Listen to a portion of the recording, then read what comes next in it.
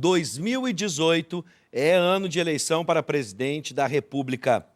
Mais até do que em anos anteriores, o pleito vai ser super influenciado pelo comportamento da economia. Para tentar entender ou ter uma ideia de como o país deve se comportar, nós vamos conversar com o economista Jorge Ussan, que já está aqui conosco, e o economista da FEComércio, Thales da Costa, que está chegando. Boa tarde, seja bem-vindo, Jorge. Boa tarde. Vamos começar a nossa primeira análise. Começando, então, pela informação de hoje do Banco Central. A projeção é de que o mês de outubro, né, o Brasil registrou uma alta de 0,29%, né, neste mês. O que isso se reflete? A gente já está respirando melhor? Como é que está rolando? Acho que tem um consenso de que a crise acabou, né? Assim, o pau forte da crise, Sim. a queda do PIB. Mas aí a comemorar vai um outro mundo. O que nós vemos é uma relativa estagnação, entre zero. A expectativa é que talvez o PIB desse ano cresça menos de 1%, ou seja, o PIB per capita, que é o PIB, a produção dividido pelo número de pessoas, como as pessoas vão crescer mais que isso no Brasil, deve cair, ou seja, nós ficaremos mais pobres ainda esse ano.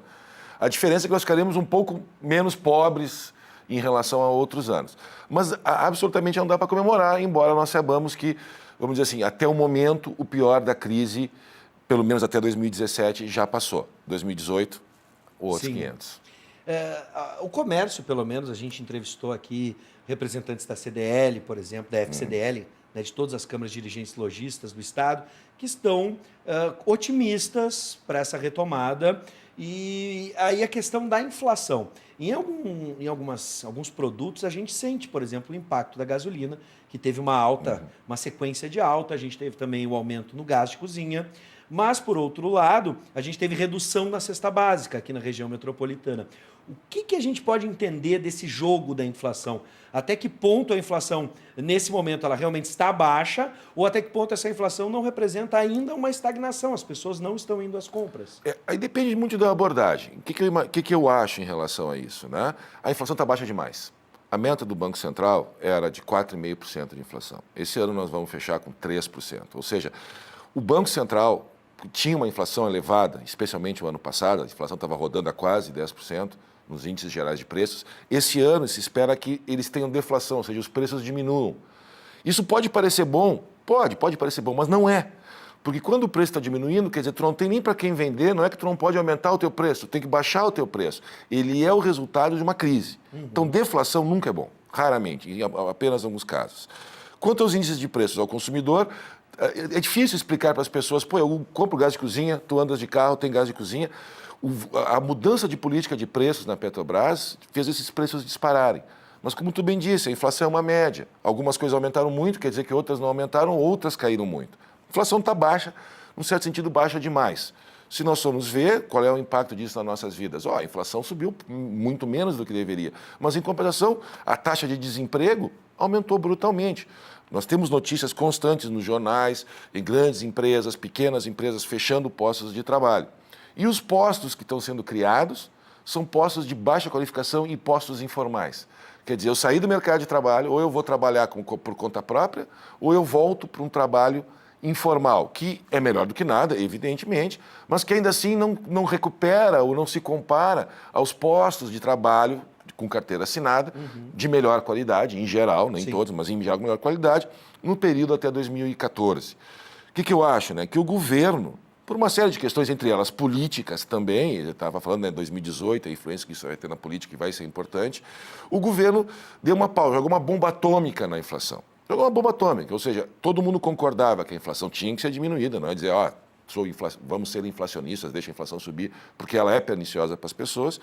Mas o governo diminuiu essa inflação brutalmente, num período muito curto de tempo, e a economia brasileira, que caiu muito no período recente, aliás, se nós formos pensar na crise agora de 15, ali 16, comparar com duas crises razoavelmente recentes, a do governo Collor e a crise da dívida dos anos 80. Sim. Nós caímos mais do que na crise do Collor, menos do que na crise dos anos 80, da dívida. As pessoas pouco se lembram dessa crise dos anos 80. Só que o problema não é esse. O problema é a nossa recuperação, dessa vez, deve ser muito mais lenta. Por que ela deve ser muito mais lenta? Porque no país está se recuperando, nem que seja ciclicamente, e o governo vai lá, toca os juros nas alturas. Quando o juro está alto, eu compro menos, tu compra menos, a empresa investe menos, expectativa de crescimento cai, O governo contrai brutalmente os seus gastos, aquela PEC do teto de gastos, a PEC aquela do fim do mundo, cortes de despesas brutais nos gastos do governo, ou seja, diminui a demanda, a economia como um todo encolhe. Então, a crise que acaba agora em 2017, ela acaba. Mas a recuperação, ela vai demorar, em princípio, mais do que as outras. Para a gente ter o mesmo nível de recuperação, caímos e agora voltar a subir a crise do governo Collor, por exemplo, o PIB ano que vem, per capita, não o PIB total, teria que subir 4%. Daria em torno de 5, 6% de crescimento do PIB, 4,5%, 5%. O PIB está previsto para crescer no máximo 3%. Sim. Então, em 2018, nós vamos estar num país com um astral melhor, né, porque vai estar se recuperando, supondo que essa previsão de PIB para o ano que vem se confirme. Em geral, as pessoas erram, os economistas, todo mundo erra, a previsão do PIB raramente acerta. E o problema é que ano que vem é um ano eleitoral. E aí, ano eleitoral, as expectativas, o que vai acontecer... Ano de incertezas. Absoluto. A vida é incerta, mas ano que vem vai ser de uma incerteza absurda. Bom, a gente vai fazer o seguinte, a gente vai fazer um breve intervalo, eu vou retomar alguns pontos, como a questão dos combustíveis, a política de preço da Petrobras e a questão da taxa de juros, né? Bom, voltamos a conversar sobre economia em 2018, também relembrando alguns fatos de 2017. Estão conosco os economistas Jorge Ussan e Thales da Costa, sejam bem-vindos. Obrigado. Vamos lá, o Thales, principalmente, que chegou agora. Bom, eu vou fazer as duas primeiras reflexões para o Thales, também que está representando aqui a FEComércio com a gente. Thales, a primeira questão é a notícia de hoje, né, do Banco Central. A projeção é que até o mês de outubro o Brasil tinha registrado uma alta, então, de 0,29%, né, nesse período. A gente já está vendo essa alta como bons olhos, já podemos comemorar, estamos indo para cima ou ainda temos que ser tímidos nesses resultados? E isso também já te indica a questão da inflação, e que em determinado ponto, né, a gente vê alta na gasolina, a gente vê alta no gás, mas a gente vê também um retrocesso na cesta básica. Como é que a gente pode entender isso? A inflação não estando alta é um dado positivo ou nem tanto? A economia está estagnada? Sim. Quando a gente vê essa questão da recuperação da economia, acho que a gente precisa comemorar, né? Os últimos 2 anos foram muito difíceis, tanto para as empresas quanto para as famílias. Aumentou o desemprego, as empresas passando por muita dificuldade. Esse vai ser o primeiro ano que o Brasil vai gerar um crescimento, o Estado gaúcho também. Então, sim, de fato, é uma questão a se comemorar, ainda que esse crescimento, ele tem 3 características, a gente costuma dizer, né? Ele tem um aspecto frágil por conta da questão política que a gente teve em 2017, né? A cada momento em que a economia parecia dar uma melhorada, a gente tinha um novo escândalo político que impactava na economia, todo mundo segurava um pouco a questão de investimento e contratação, porque não sabia muito bem o que poderia acontecer. Tem a questão de tem sido um crescimento fraco, a gente veio o resultado do Banco Central, 0,29% em outubro, né? É um dado pequeno ainda, mas quando a gente vem de 2 anos de muita queda, é compreensível que a gente comece com crescimentos pequenos aí nos meses seguintes. E ainda, por fim, é um crescimento lento, né? Então, essa questão da crise econômica, do desemprego, do impacto nas empresas, há muita capacidade ociosa ainda na economia. Então, conforme a economia vai se recuperando, eles vão preenchendo essa capacidade ociosa para depois começar a pensar em investimento e contratação. Agora, a questão da inflação, sim, é um aspecto a se ver com bons olhos, porque há muitos anos a gente não via um nível de inflação tão baixo, sendo que em 2015 a gente teve uma inflação de quase 11% ao ano. Num país que nem o nosso, que tem um histórico hiperinflacionário, é um dado preocupante. Então, o dado de agora acaba sendo positivo. Aí a gente vai fechar o ano com quase 3% de inflação, bastante baixo, dado o histórico recente que a gente tem na inflação brasileira. E apesar de sentir agora, no período recente, aumento de gasolina, de alguns outros itens, que nem tu falou, questão da cesta básica, principalmente alimentos, durante todo o ano, acho que os últimos 7 meses, os alimentos têm registrado queda de preço pelo índice de inflação, né? Tem uma medida dentro do índice de inflação que é para ver o quanto está subindo os itens. São 374 itens pesquisados dentro da pesquisa. Tu pode medir quantos desses itens estão subindo. A gente pode fazer a mesma coisa ao contrário, quantos estão caindo. E nesse período agora do final do ano, mais de 50% ou está diminuindo ou está estagnado. Então não está crescendo, né? Ainda que o consumidor lá na ponta sinta o peso de alguns itens se levanta como combustível. Mas, de todo modo, os preços gerais da economia e a inflação estão bem mais positivas esse ano, né? Bom, resgatando então um pouco da resposta de cada um, você de casa já entendeu que a gente está promovendo um debate, a gente tem duas perspectivas um pouco diferentes em algumas questões, especialmente na questão da inflação. Para o Jorge ainda representa um pouco de estagnação da nossa economia. Já para o Thales já veio uma medida positiva. Mas isso que a gente quer aqui, o debate, né? Agora vamos ver se a gente acha também pontos de convergência. Por exemplo, a gente já pelo menos tem um ponto de convergência que eu detectei aqui, não sei se vocês vão concordar, mas de que essa retomada vai ser lenta.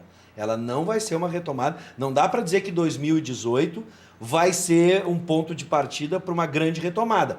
Especialmente com um dado, e aí eu trago para ti, Thales, que o Jorge levantou, e é a nossa proposta hoje da discussão, a questão eleitoral. Ainda temos decisões no judiciário sobre candidatos, a gente tem, o Jorge nos lembrou, a gente tem um panorama de incerteza, e isso preocupa. Tu também vê assim dessa forma? Sim, como o Jorge comentou no bloco anterior, a palavra-chave da questão eleitoral é a incerteza, né? E ainda, por mais que ainda seja bastante cedo para a gente tentar desenhar um cenário possível eleitoral, há muita coisa para acontecer até o segundo semestre do ano que vem, querendo ou não, conforme a gente for conhecendo os candidatos, a gente vai ter uma noção do tamanho dessa incerteza, conforme for conhecendo também a plataforma, seja econômica ou de outras questões que os candidatos vão defender na campanha. Bom, agora a pergunta para os dois, começo com o Jorge. A liberação de preços para a Petrobras se refletiu em uma alta de aproximadamente R$1 no preço da gasolina, isso nesse ano. O que vocês pensam dessa questão do preço da gasolina e como deve se comportar em 2018, que a gente sabe que é um dos preços que, popularmente, se a gente for medir, todo o cidadão vai reclamar, a gasolina, mesmo que não tenha carro, vai impactar, por exemplo, em alguns itens. A gente transporta tudo por rodovias. Então, enfim, como vocês veem essa política de preços? Eu sou muito crítico em relação à postura recente da Petrobras, muito crítico. Por exemplo, o presidente da Petrobras, o Pedro Parente, nós sabemos que, na prática, o polo naval de Rio Grande acabou. É um polo naval que, em algum momento, já começava a ter um peso na economia gaúcha equivalente ao peso da indústria do leite. Ele simplesmente, não acabou, é uma expressão muito forte, mas desestruturou isso. Eu dou exemplo de Rio Grande, mas eu falo do Brasil inteiro. Nas palavras do próprio presidente, a empresa agora passa a se portar como uma empresa privada. Privada que busca o lucro, que é absolutamente legítimo do ponto de uma empresa privada. A política de preços também. Historicamente, a política de preços da Petrobras procurava suavizar mudanças no mercado externo, que é muito volátil. Toda hora o preço do petróleo aumenta, cai. Às vezes, como em 2014, 2015, caiu brutalmente. A Petrobras procurava segurar um pouco essa volatilidade. Então, a gente dizia assim, aumentou no mercado externo o valor do petróleo, aqui no Brasil não aumentava. Mas quando caía lá fora, aqui demorava mais para cair e a grita era um pouco no contrário. Pô, caiu, como é que não cai aqui? Na verdade, está liberado agora, né? A Petrobras faz uma política disso. Eu sou fortemente contrário. Eu sei que é debatível essa questão, especialmente do ponto de vista tecnológico e da questão das compras internas, né? Mas eu ainda acho que, por um lado, a Petrobras não é uma empresa privada, ela é uma empresa estatal.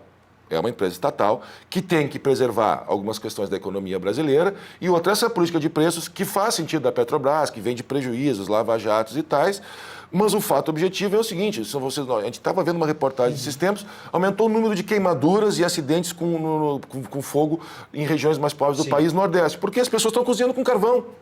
Álcool, Recife, por exemplo. Recife, né? No setor de queimados do Hospital de Recife, nós tivemos realmente um aumento, né, no número de queimados com queimaduras por álcool e realmente pessoas que estavam usando álcool para fazer as coisas. Sim, eu não me lembro, na minha história recente, de me preocupar muito. Claro, nós somos todos de classe média, a gente não se preocupar com quanto é que custa um botijão de gás. Hoje as pessoas estão preocupadas com quanto é que custa um botijão de gás.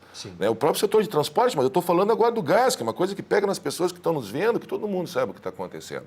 Claro, isso é o resultado da política da Petrobras, que é válida do ponto de vista da Petrobras, mas na qual eu sou profundamente contrário. Não quer dizer fazer proselitismo e a Petrobras subsidiar o gás brasileiro ou mesmo a gasolina. Não, não é isso. Mas evitar essa volatilidade. Os preços no Brasil são muito rígidos. É muito fácil aumentar, mas na hora de cair, a queda é menos do que proporcional. A gente teve um recuo na semana passada e eu perguntei isso para o frentista aqui no no posto aqui da BR-116.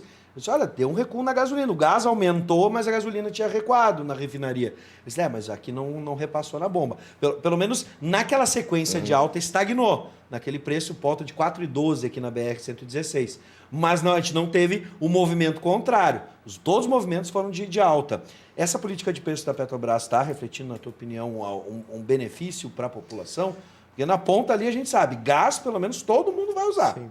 Essa política da Petrobras, a gente precisa voltar um pouquinho e analisar o que aconteceu, principalmente em 2014, 2015. Havia uma outra política de tentar controlar o impacto do preço internacional do combustível, tentar repassar aos poucos, como o Jorge comentou.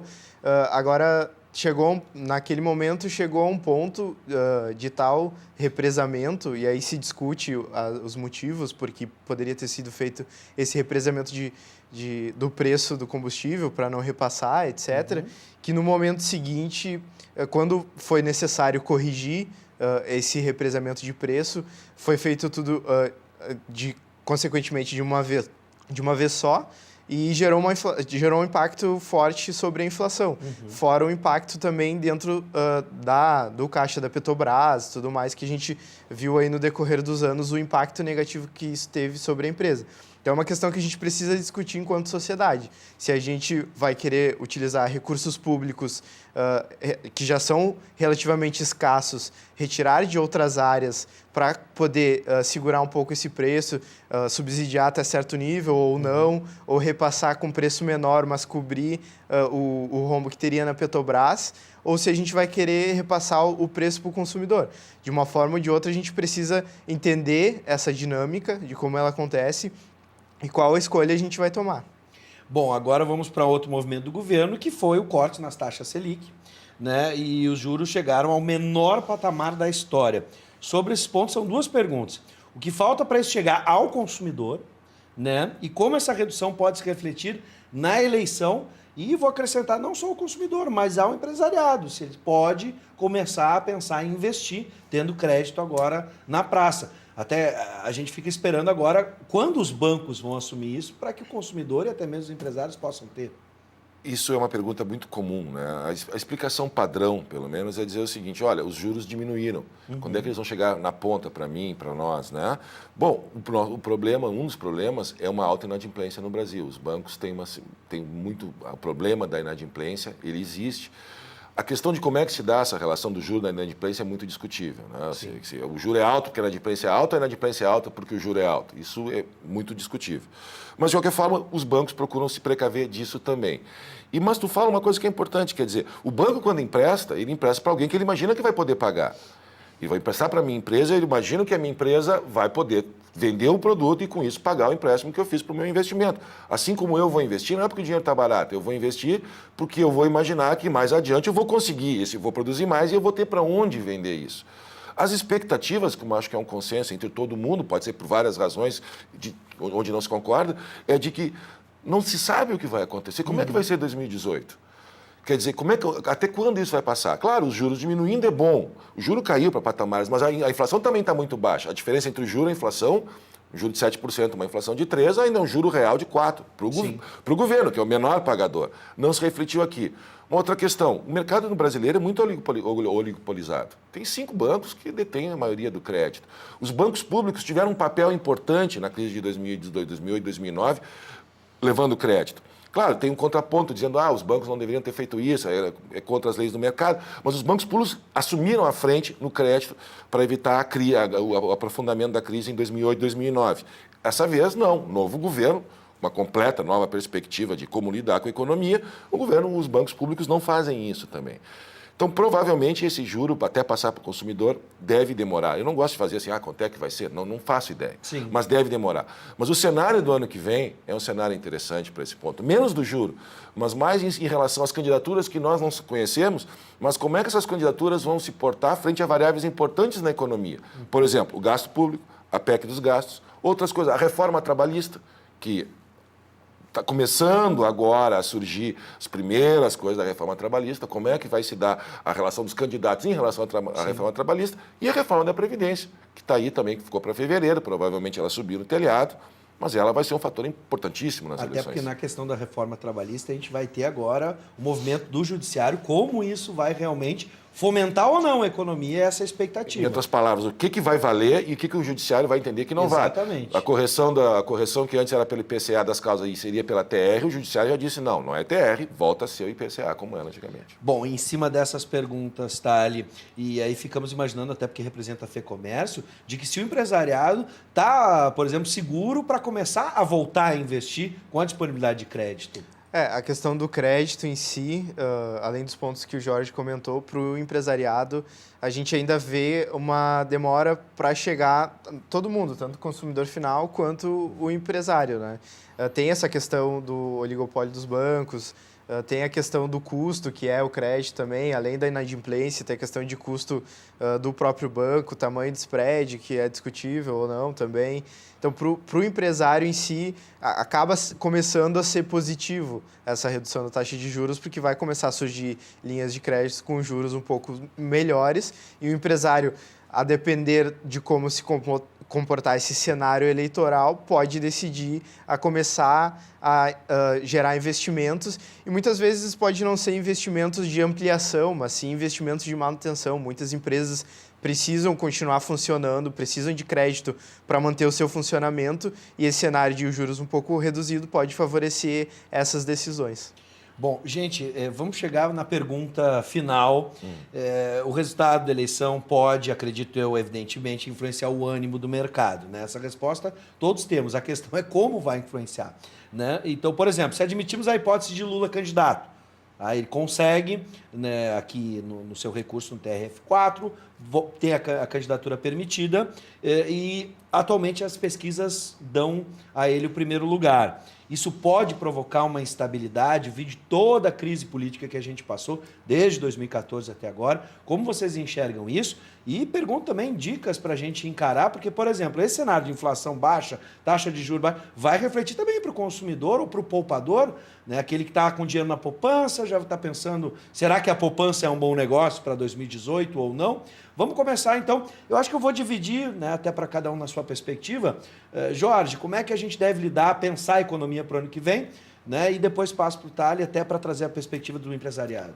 Bom, então, como a gente estava falando, né? Como é que a gente vai pensar a economia que vem? Absoluta incerteza, absoluta insegurança de todos os agentes, minha, de todos nós. Tu fala da candidatura do Lula, né? Mas vamos pensar numa candidatura de esquerda. O Lula não pode, outro apoiado pelo Lula, o Manuela, Ciro Gomes, a Manuela, o Ciro Gomes. Quer dizer, nós pensamos em termos do Lula, ou nessa representação, nessa linha, a gente já viu isso em 2002. O governo Lula I e o governo do Lula II foram um governo de concertação nacional, sim, no certo sentido. A economia ajudou, o cenário internacional ajudou, mas nós passamos razoavelmente bem, obrigado pela grande crise de 2008 e 2009. Quer dizer, tem alguns problemas, claro. Não é o sonho de uma parcela da população, não é. Mas eu entendo, na minha opinião, essa grita toda, essa discussão com o Lula como se fosse o caos, como mais uma questão que, inclusive, faz parte da própria disputa política.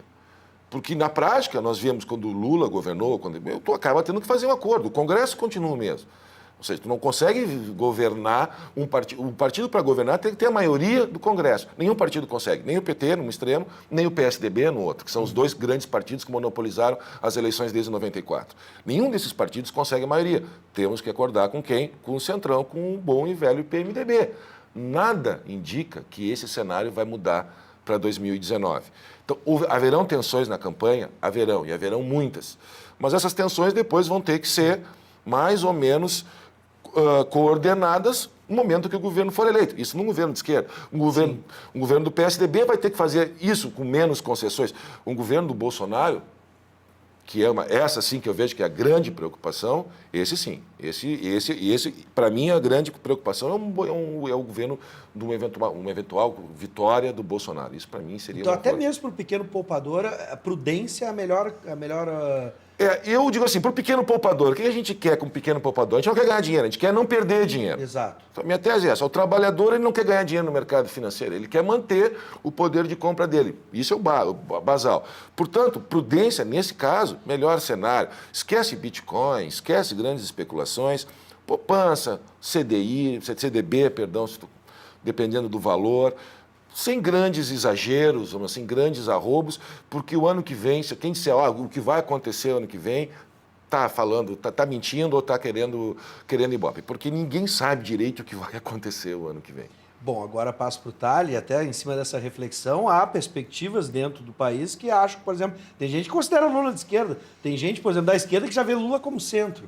E aí não teríamos uma mudança radical como já teve, já passamos por um governo Lula. A questão toda vai estar em volta da plataforma que o candidato vai defender no cenário eleitoral, né? Sim. Como ele vai propor a condução do país para os próximos 4 anos. A questão do impacto eleitoral tem, sim, o impacto da incerteza, mas o que é esperado de crescimento da economia, salvo alguns acontecimentos mais extraordinários, a princípio vai acontecer, a economia vai continuar funcionando, as pessoas, se surgir mais trabalho, as pessoas vão continuar trabalhando, a economia vai continuar girando, vai crescer um pouco mais, um pouco menos ano que vem. O maior impacto que a incerteza acaba gerando na economia são em algumas variáveis pontuais, um pouco a questão do câmbio, pode gerar impacto no preço, a questão dos juros, que pode subir um pouco ano que vem, mas vai continuar num patamar historicamente baixo. Então, tudo isso, na questão da economia para a pessoa, para as pessoas, para a sociedade em si, essa recuperação vai continuar, né? A grande questão do cenário eleitoral é a plataforma defendida pelo candidato que for eleito e como ele vai conseguir fazer isso com os acordos dentro do Congresso, sim, como vai estar estruturado o Congresso, e a depender dessa plataforma é que a sociedade vai responder, seja ficando mais restritiva com relação a investimentos ou se sentindo mais segura para daí sim, nos próximos 4 anos, o país continuar crescendo. Bom, eu consegui um consenso aqui que vale uma dica para todos. Nós e os telespectadores aí, você que está assistindo em casa, a gente tem que lembrar que a eleição é para presidente da República, mas também passa pelo governo do Estado, deputados federais, deputados estaduais e 2/3 do Senado. Ou seja, é muito importante que a gente não fique só concentrado na eleição para presidente e entenda, se você tem um plano aí, se você acha que o Brasil deve funcionar assim ou assado, pensar isso num geral, né, e escolher os seus candidatos, e não ficar juntando na hora santinho no chão ou procurando o número na internet, porque daí fica, votou num, mas botou outro no Congresso, deixou outro no governo do Estado e outro está na Assembleia. Isso a gente vê, às vezes, um pouco de falta de coerência ou atenção do eleitor. Então essa dica serve para todo mundo. Você está pensando no Brasil, seja o Brasil do Jorge, ou seja o Brasil do Thales, ou o meu Brasil, o seu Brasil, vamos pensar em conjunto. Chegou a hora da gente começar a pensar na eleição, né, não só os 24, ou melhor, 45 do segundo tempo. Jorge, muito obrigado por nos atender. A gente já está nesse período natalino, não é fácil.